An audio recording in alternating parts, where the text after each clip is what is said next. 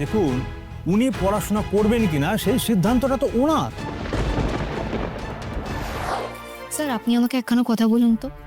আমি তো একজন সাবালিকা, 18 পেরিয়েছে, সে আমার অনেক দিনই হয়ে গেছে। কেটে কুটে লেখাপড়া করে আমি এখানে একখানা কলেজে ডাক্তারি পড়ার সুযোগ পেয়েছি। আর আমি সিদ্ধান্ত নিয়েছি, নিজের জন্য সিদ্ধান্ত নিয়েছি যে আমি এখানে থেকেই ডাক্তারি পড়ব, কলকাতায়।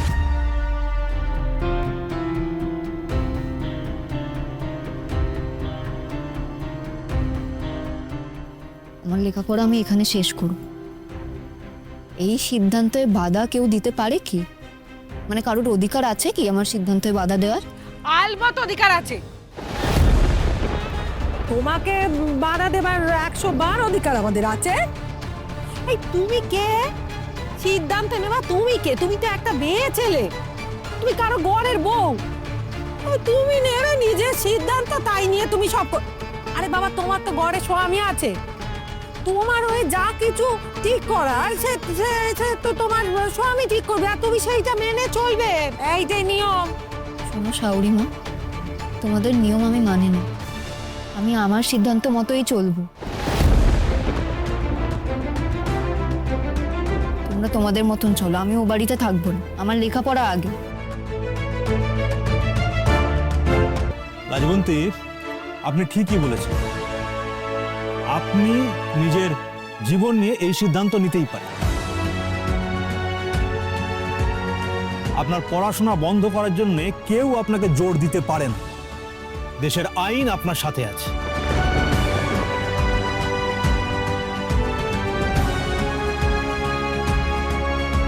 আপনি দয়া করে এই কথাগুলো একটু ওদের বলে দিন।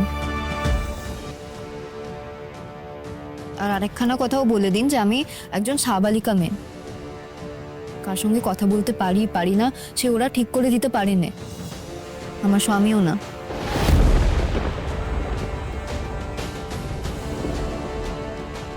কেন কেন আমি কেন পারি না তোর ব্যাপারে কথা বলতে?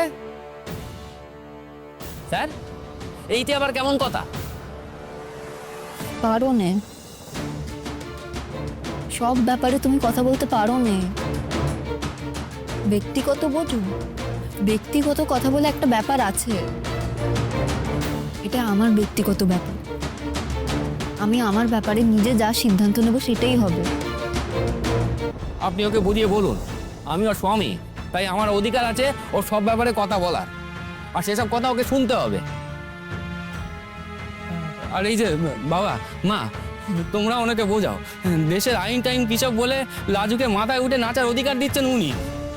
তাই তো, এ কি কথা স্যার? আমরা এত দূর থেকে এলুম আপনার কাছে সুবিচারের আশায়, আর আপনি আমাদের সেসব কথা না শুনে ওই মেয়ে ছেলেটাকে লাই দিচ্ছেন। দেখুন, উনি পড়াশোনা করবেন কিনা সেই সিদ্ধান্তটা তো ওনার। আর তার জন্য কোথায় থাকলে সুবিধে হয় সেটা তো উনি ঠিক করবেন। বললেই হলো নাকি?